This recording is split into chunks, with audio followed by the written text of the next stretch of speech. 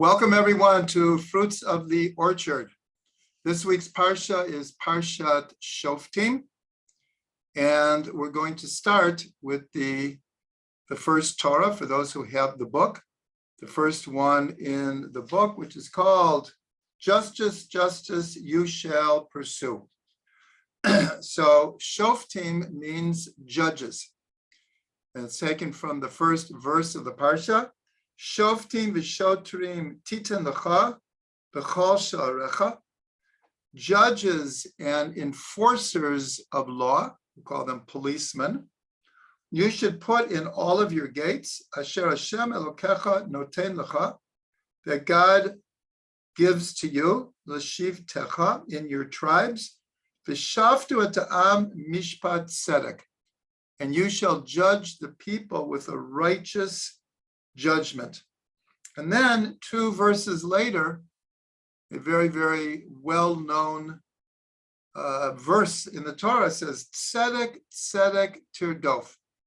Righteousness, righteousness you shall pursue. Laman techiyeh, in order that you should live, v'yarashta et haaretz, and you shall come to inherit the land, asher Hashem Elokecha noten lach, that God is giving to you. So here we see the importance of setting up a just society, because that will give us the merit to live in the land. So the first thing we notice is the double language.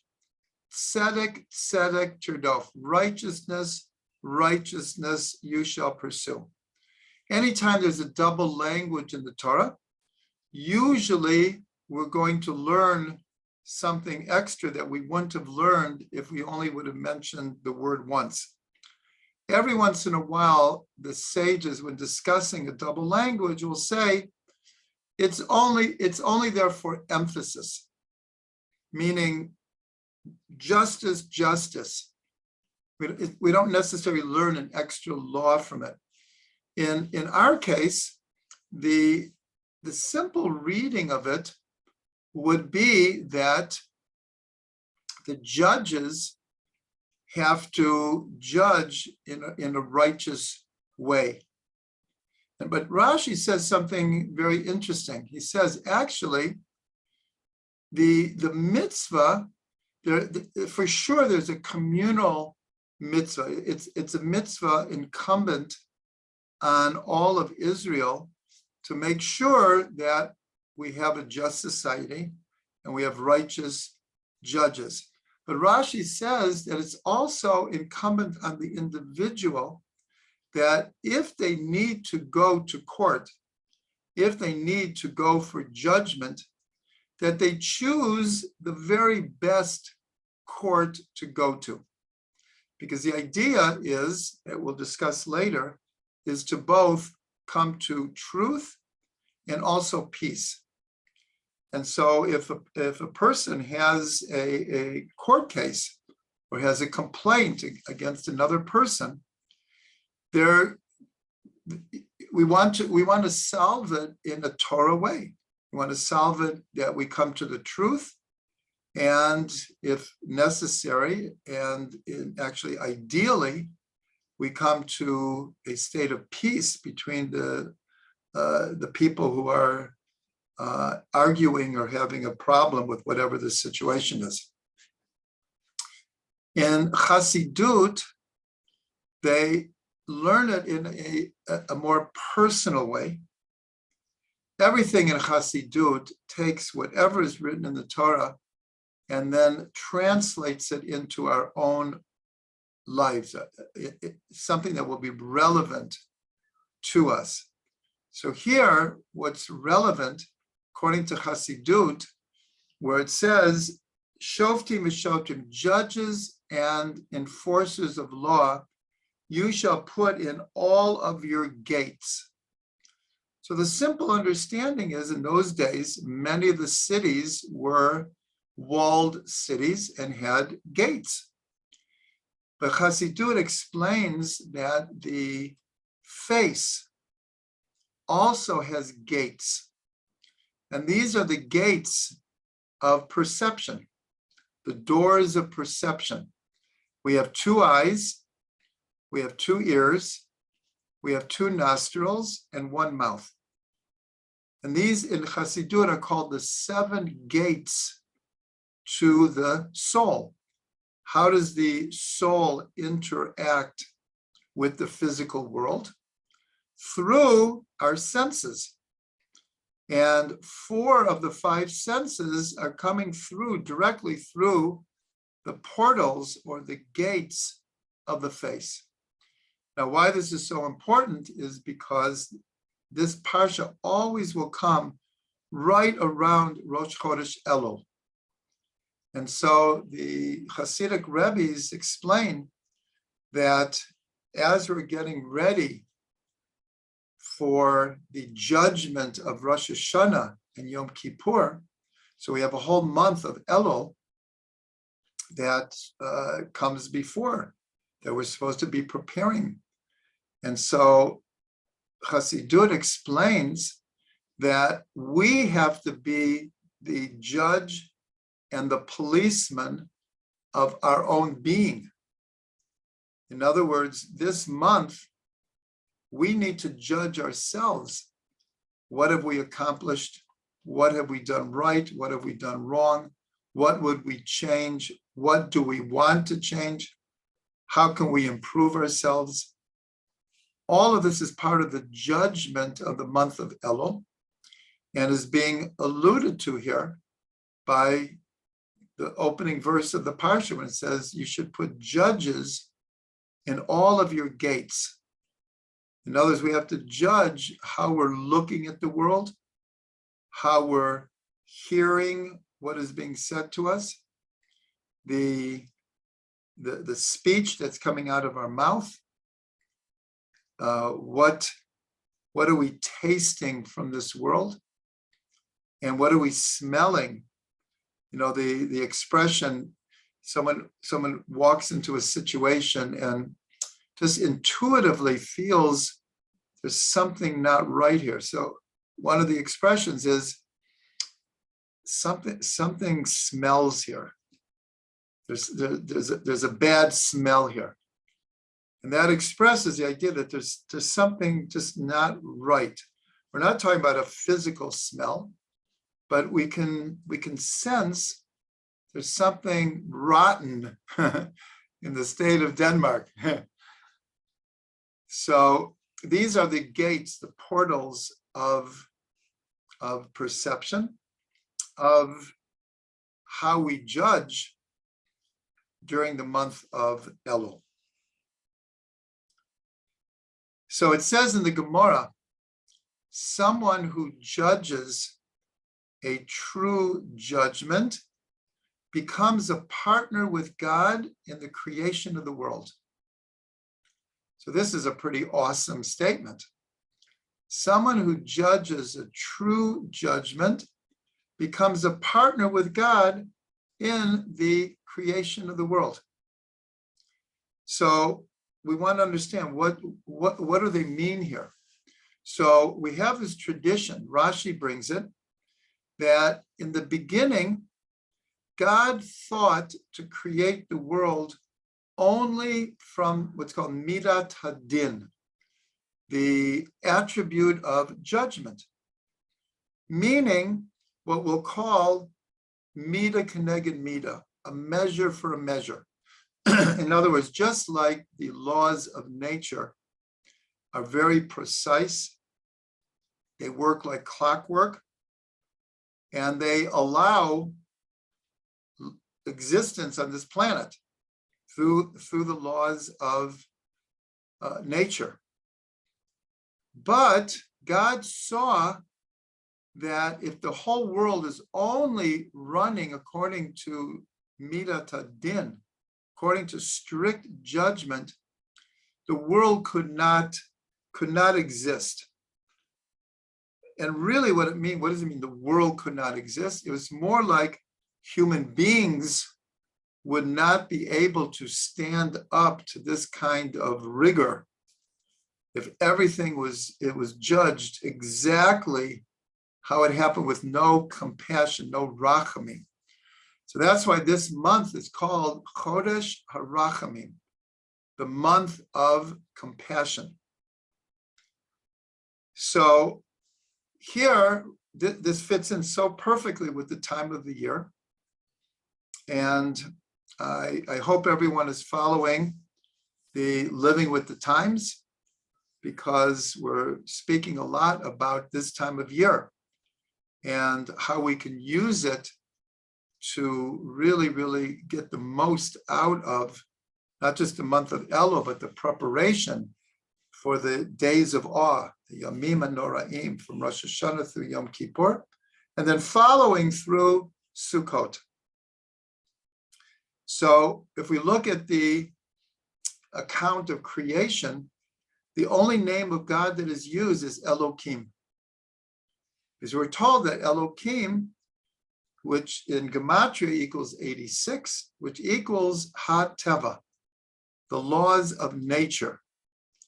And so in the account of creation, this is what Rashi brings, this tradition that in the beginning, God thought to only create the world through the Midat Hadin, through the attribute of judgment. It's in the second telling of the story, Eila Toledot Shemaim V'aretz Behi Baram B'yom Asot Hashem Elokim Eretz V'Shemaim.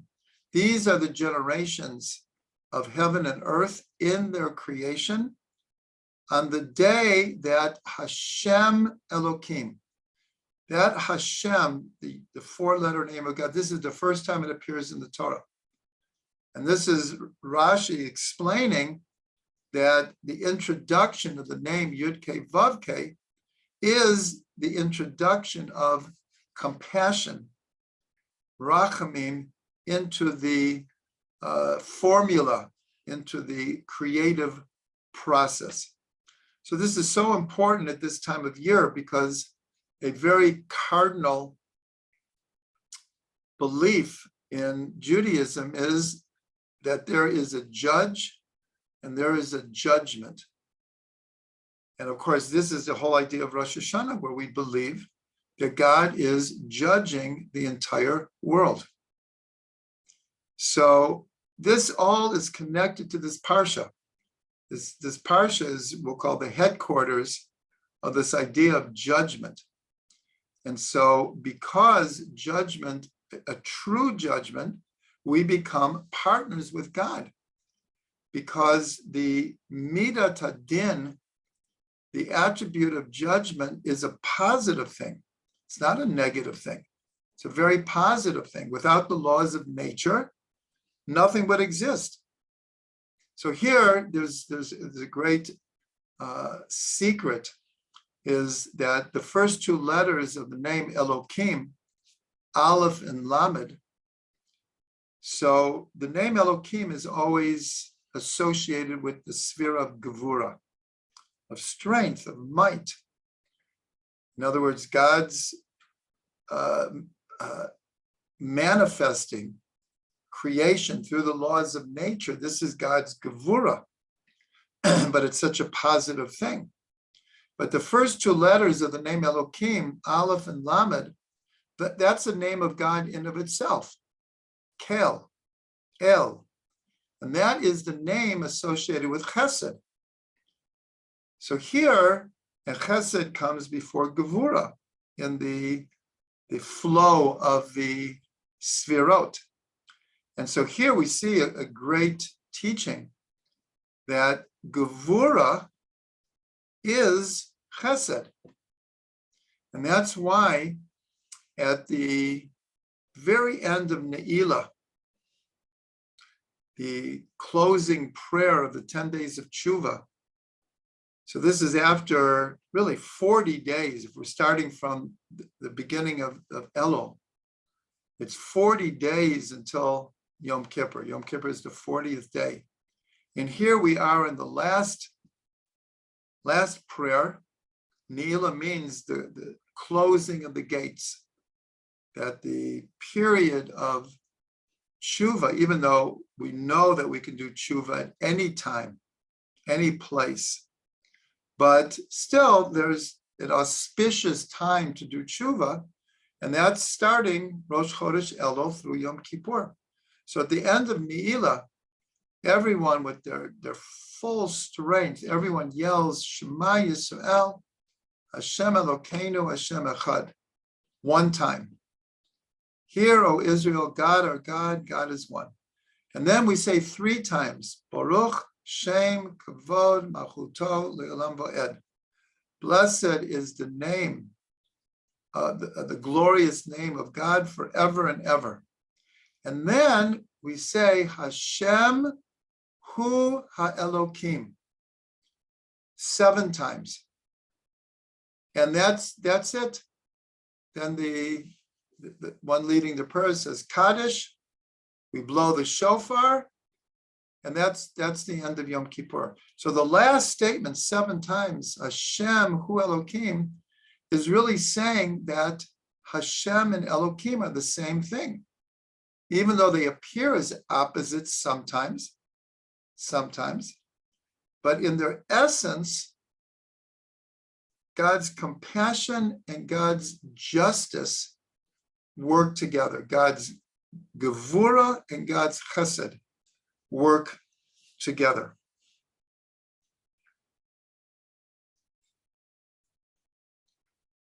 Okay, so one other thing I'd like to point out is in our verse that we've been looking at, tzedek, tzedek, tirdof.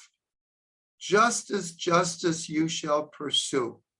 So you shall pursue is a very active word, active verb. You shall pursue it, not passively. And there's another verse that it comes in a different form, but the same root of to pursue comes, and that is sur mira, turn away from evil, ba'aseh tov, and do good.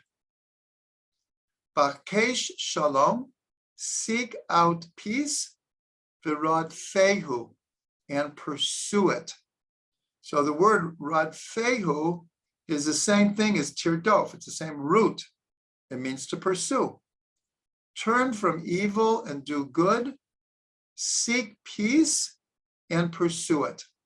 So there's a very important discussion in the Gemara as to what is the ultimate purpose of judgment, of courts, of setting up a just society. What is the ultimate purpose? And the question is it to establish truth, or is it to establish peace? And there's a back and forth between the sages. Ultimately, everyone understands that both are important and both are part of the equation of what justice is about, what a court system is seeking to do. It's there to establish truth, but it's also there to make peace when it can between people. So, I mean, there's all kinds of court cases, but so many court cases are when 2 people, 2 companies, 2 entities, 2 partners, whatever it is, a couple have a disagreement. And so the court is the place to try to solve the disagreement. So the question is, are we trying to establish the absolute truth, and or are we trying to make peace? And so it's not really black and white, but the final idea here is, whenever possible, making peace is the ultimate goal. In other words, the expression is, it's not always the best thing to prove that you're right. Let's say in an argument between people, and a person is absolutely convinced that truth is on their side, but they can also realize by kind of like shoving the truth down someone else's throat is going to end up with a blemished relationship. So sometimes it's better to be smart than to be right. And that's what the sages are saying. It is very important to establish truth. And they say if peace can't be made and compromise cannot be achieved, then go for the truth. What is the truth here? But the first ideal situation is for a court to try to make peace between people. So that is connected to this word to pursue. So we see it in both of these verses. In one verse, it's righteousness, righteousness you shall pursue. And the other one is turn from evil and do good, seek peace and pursue it. So these really, really go together. Okay, so that is our first insight for the night. And the next is, one second.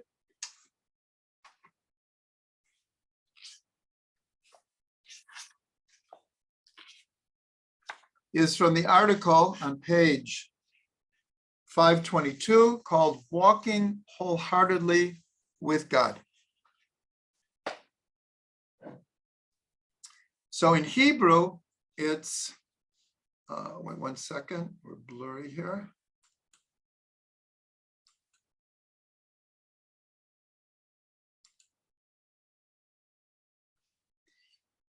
In Hebrew, it's Tamim Tiyeh im Hashem Elokecha. You shall be wholehearted, complete, sincere. The word Tamim has many connected meanings. To be sincere, a pure innocence, to be wholehearted, to be even faithful. So it says, Tamim tiyeh im Hashem Elokecha. You shall be wholehearted with Hashem, your God. So according to the oral tradition, in the Torah itself, if you look in a Sefer Torah, there are certain letters that are written big, and there's certain letters that are written small. And there are not that many of them.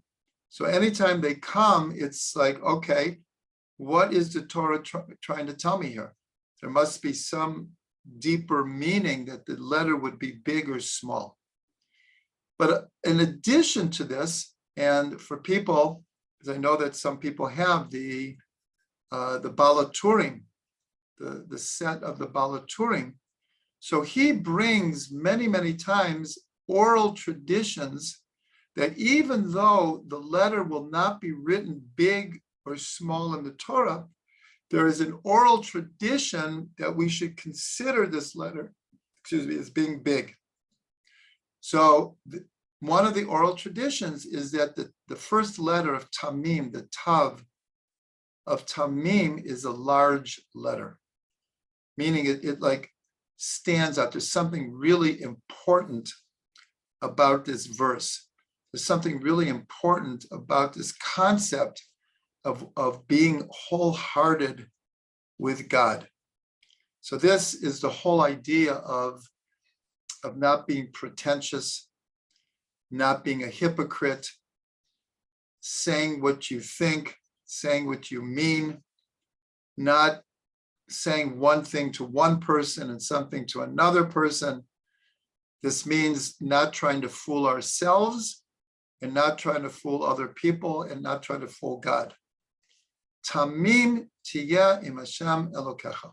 You shall be wholehearted, sincere, pure intention with your God. Now, when does this verse come? It's in this week's Parsha. It comes after a whole section of the Torah making forbidden all kinds of, we'll call it magical practices, all kinds of occult practices, witchcraft, black magic, and especially trying to, through many, many different ways of knowing what the future is. Most of it is geared towards that a person wants to know the future, and therefore they've heard that there are these different magical practices that if you do them, you could tell your future. So the Torah warns us and makes these forbidden. And then this verse comes. So here we want to read what Rashi says. So Rashi says like this, and we know that Rashi doesn't waste a word, and he's very, very precise. And we're going to get to this, but we should notice that this verse has 5 words. Tamim tiyeh im Hashem Elokecha. In Hebrew, 5 words. And if we look at Rashi, he makes 5 statements. Short, to the point, but like such a good advice as to how to live life. So I'll just read it in English. He says, walk before him wholeheartedly. So the first thing, he adds this idea of walking. We'll try to understand in a short while why he adds walking here. But he says, walk before him wholeheartedly. The second statement is, put your hope in him. You should have hope in God and not in magical practices.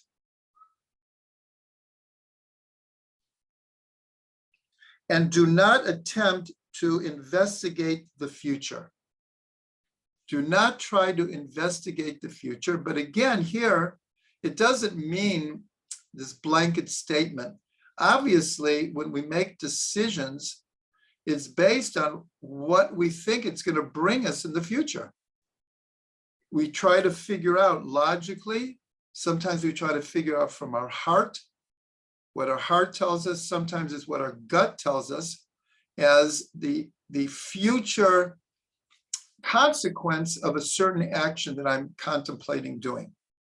So here, Rashi just says, when he says, do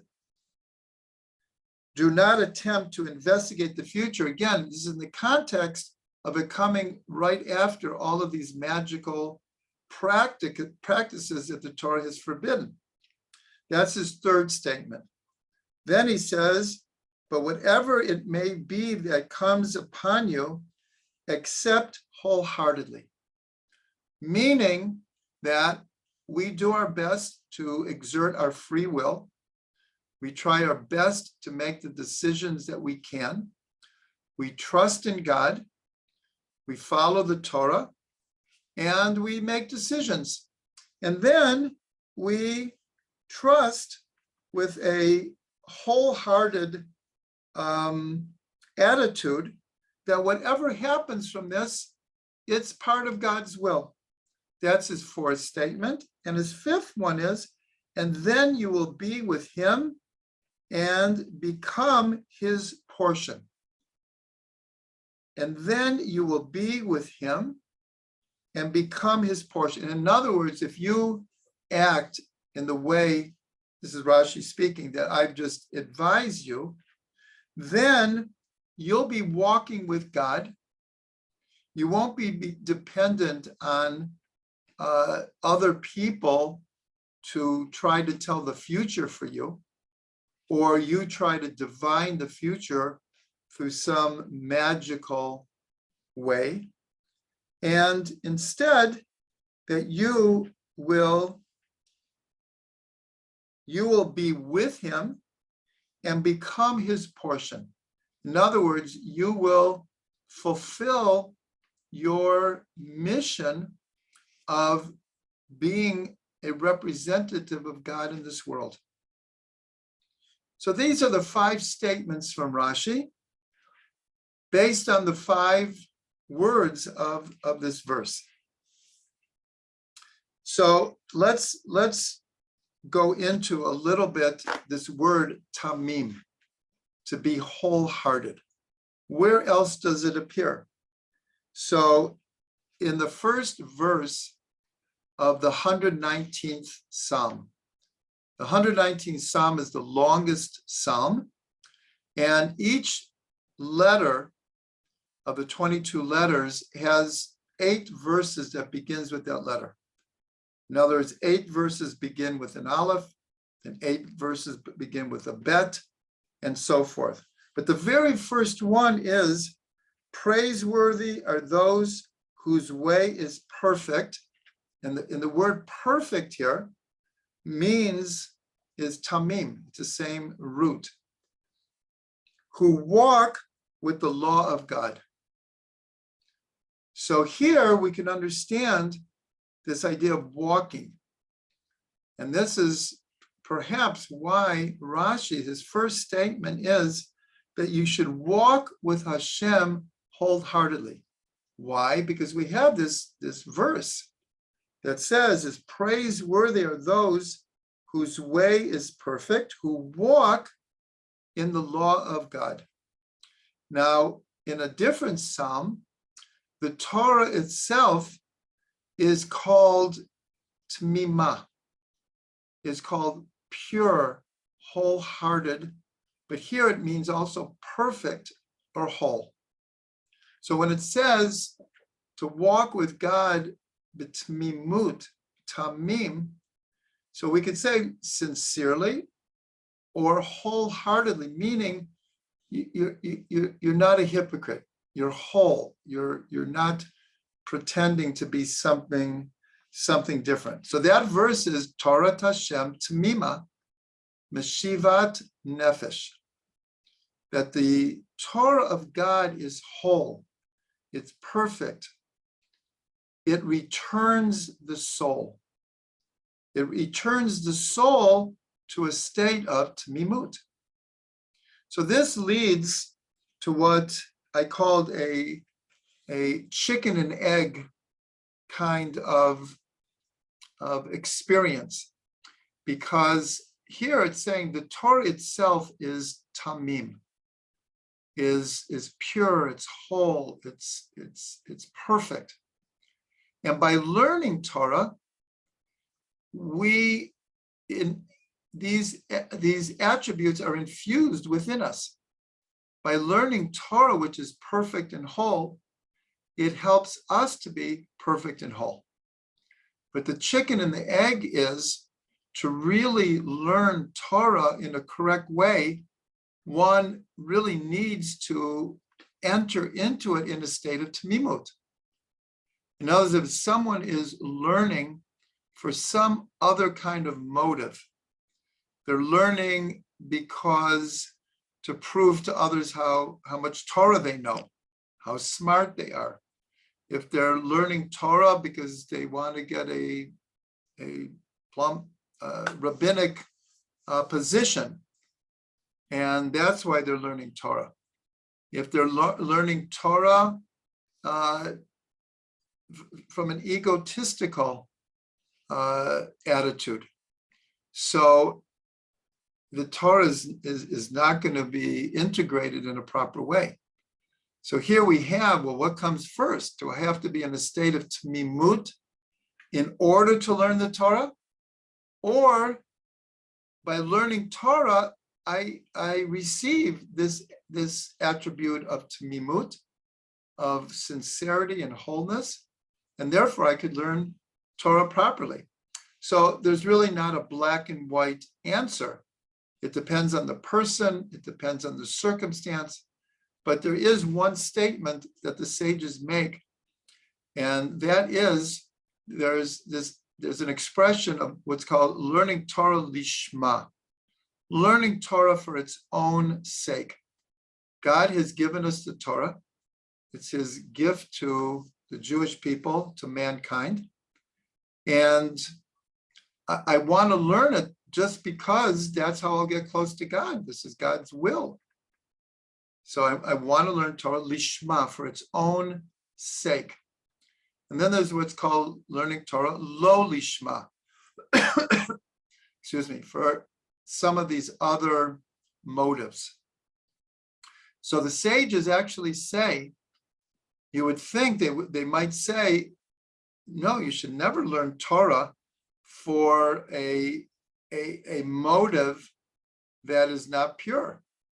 But they actually say, obviously that's the ideal state, but they say it's better to learn Torah even not for its own sake, because by doing so, the sages had so much trust in the wholeness of the Torah, it will rub off on a person, even if they approach it not from a state of for its own sake, that they'll come to a state of for its own sake. So here's the same thing, is like, would it be that we were all in a state of tamimut, that we could enter learning Torah in that state? But for many, many people, and things change in our life, that there are times when maybe we're just doing it from rote, not even from a bad motive, let's say, not for anything not positive, but we're just learning because that's what we're supposed to do, and we're just going through the motions of learning. And so here, hopefully, the wholeness of the Torah, Torah Hashem Tamima, Meshivat Nafesh, it will return the soul to a place of purity.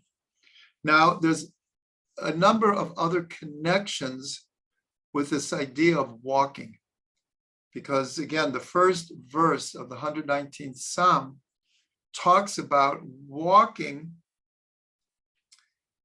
in a state of sincerity with the law of God. And so here we have a connection and a possible reason that Rashi adds that to his first statement. But then we have something even earlier, that right before God commands Avram with the covenant of circumcision. So God says to Avram, Hitalech lefanai v'tiyeh tamim. Walk before me and be wholehearted, be sincere. Reach this level of pure innocence. Again, it's Hitalech lefanai v'tiyeh tamim. Walk before me and adopt this attitude of tamimut. So this is with Avram Avinu, and this is right before he enters into the covenant. So here we could possibly understand why the tav of tamim by oral tradition is a large letter, because this is what God is telling Avram as he's entering into the covenant. This idea, God says, walk before me. So it's always brought that by Noach, it says that Noach walked with God, which is a pretty high level. Noach is called a tzaddik. But it says that Noach walked with God. And they point out, but here God says to Avram, walk before me. So this is this idea that we brought up before in the first insight about being a partner with God. God is saying to Avram, not just walk with me or I'll walk with you, but your role, Abraham, the role of the Jewish people, I want you to walk even before me. That is your mission. And we see that in the Torah, at least, the first time that God explicitly talks to Avram, It doesn't use the word walk, but it's lech lecha. Go out and go to Eretz Yisrael. And so here it's also a type of walking, of progressing. Lech lecha.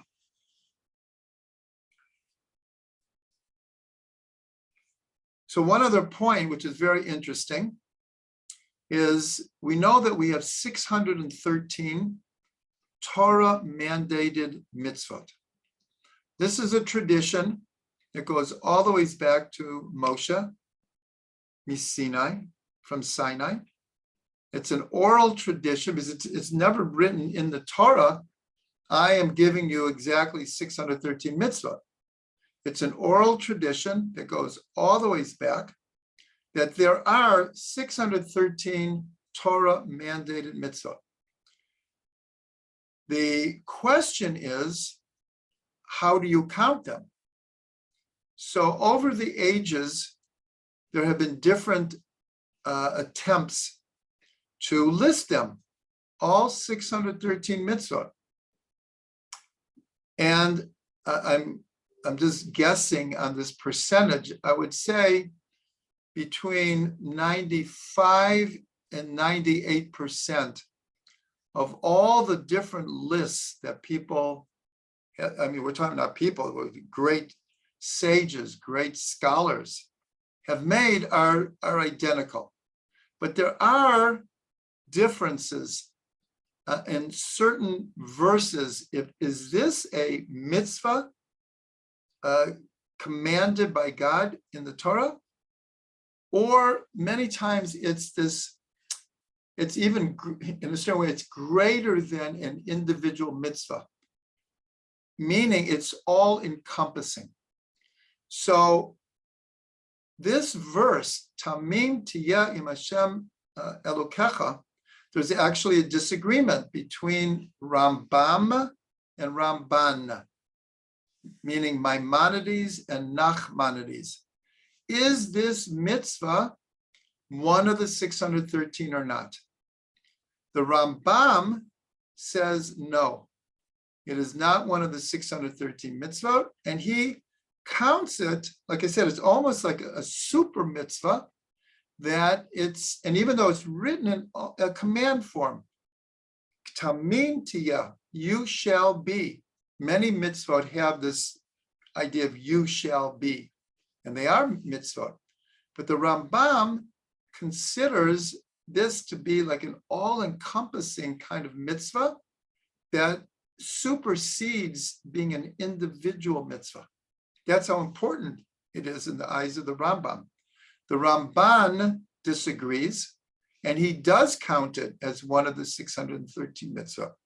So obviously that means that one of the mitzvot that a different mitzvah that the Rambam will count, the Ramban wouldn't. So I threw out a number, 95 to 98%. There's absolute agreement on. But this is one of the disagreements. And the Ramban, interestingly enough, so how would you define this mitzvah? So we could define it simply according to the words, be wholehearted with God. But in a certain way, that sounds like the Rambam, very all-inclusive. It's very hard to like God commanding us to be wholehearted. We could understand that God commands us to love our neighbor as ourselves. And many people ask, like, how is that possible? How can God command? God commands us to love Him. There's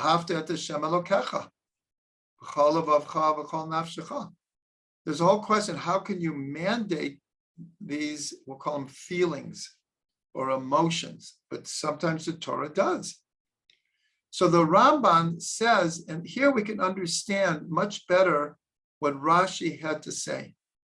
Because Rashi, if you look at the 5 things he says, the core is trust in God, make the best decisions that you can, don't go to witchcraft. Don't go to occult practices to try to discern what the future is. Trust your own free will and ultimately trust God that everything will be the way it's supposed to be. And that's what the Ramban says. The Ramban says the actual mitzvah here is belief in divine providence. That we trust that we don't have to try to, through magical practices, figure out the future. We should have trust in God's providence. That's what the Ramban says. So it's just very, very interesting because this happens in a number of mitzvot where there'll be different opinions. I'll just mention one other. There is a discussion when putting on tefillin. We put on what's called the arm tefillin and the head tefillin. Question is it one mitzvah or is it two mitzvah? Some count it as one mitzvah and some count it as two. So that's just another example. I'll say the good news is there's, we'll call it 98% agreement on all of them. And when it gets down to it, except for certain cases where it does matter if it's from the rabbis or if it's from the Torah, it practically, let's say with tefillin, we put on tefillin, whether it's called one mitzvah or two mitzvah, when it gets down to it, it doesn't, I'm not saying it doesn't matter, but practically there's no difference. Okay, so I want to end with just a few insights from Rav Ginsburg. Rav Ginsburg has a whole article about this verse. And he goes one step further than Rashi. He points out that it's not like a coincidence that Rashi makes 5 distinct statements about the 5 words. And so Rav Ginsburg actually connects the 5 words, the 5 expressions from Rashi to the 4 letters of God's name and the tip of the yud. In many cases, the tip of the yud is considered a level of itself. And so I'm just going to hold this up. There's no English translation, just so people can see that here are the 4 letters of God's name. Here is the tip of the yud. Here is the 5 words, Tamim, Tiyeh, Im, Hashem, Elokecha. And these are the 5 statements of Rashi. Then Rav Ginsburg, and we don't have time for this, but Rav Ginsburg then goes through each statement and explains its connection to that word, to the letter of God's name, and to the sphera that's connected to the letter of God's name. The tip of the yud is keter, the yud is chachma, the hey is bina, the vav is the 6 sphirot, chesed, gevura, teferet, netzach, hod, and yesod, and the final hey is malchut. And he makes these beautiful, beautiful connections.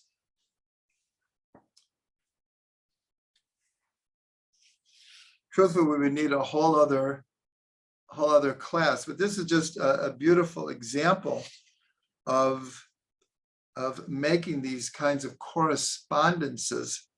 Because the whole thing is, you shall walk sincerely with God. And so here, God's name becomes important. Hashem Elokecha, with the name Yud-Kei Vav-Kei. And so each one of the words of Tamim Tiyeh Im Hashem Elokecha, and each one of the statements of Rashi corresponds very, very beautifully.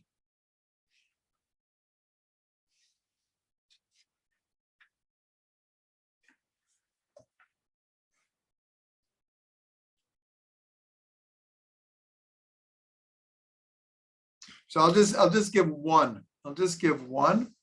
And that is connected to the large tav of Tamim. Again, according to an oral tradition, you will not see it in a written Torah, but in the oral tradition, that this letter is conceived as being large. So the letter tav has equals 400.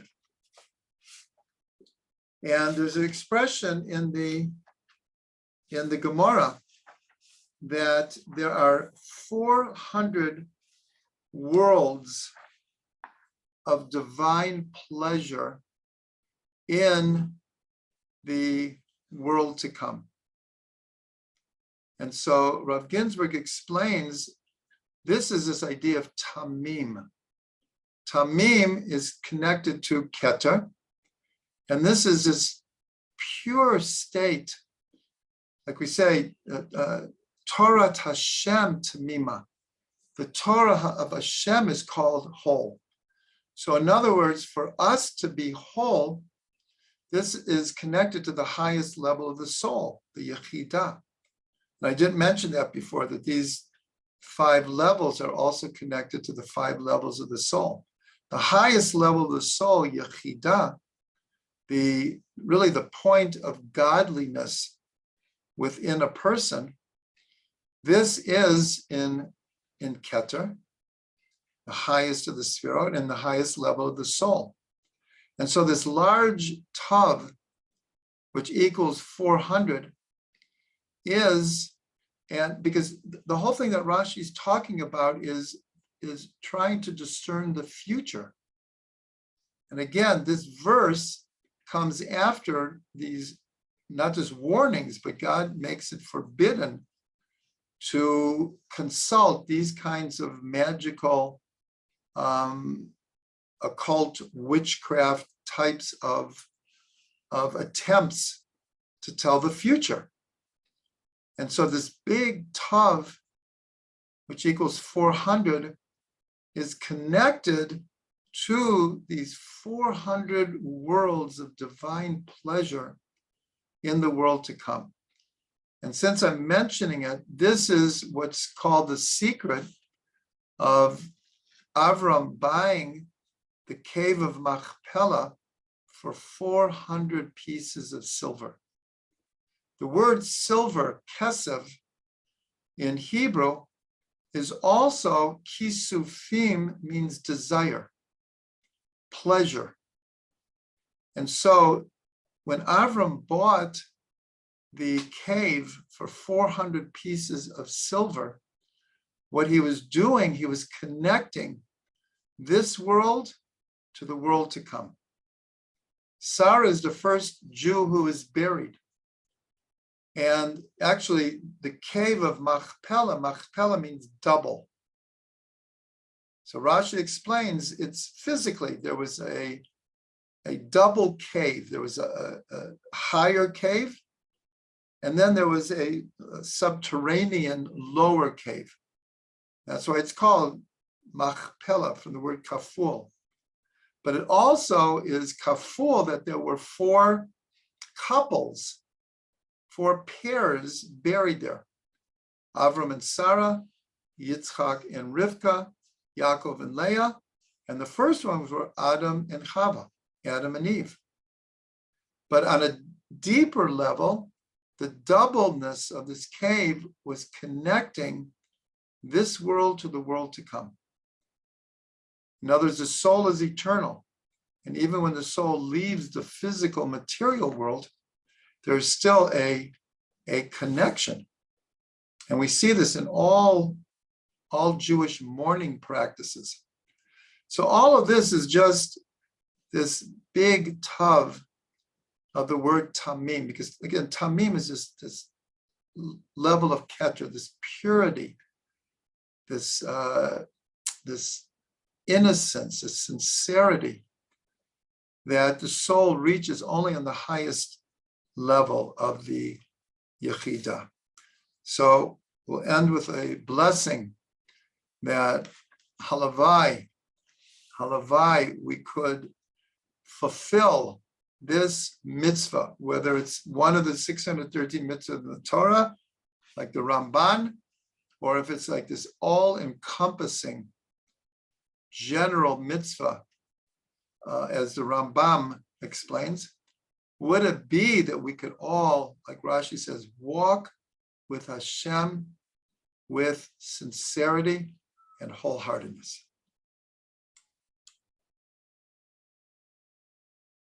No.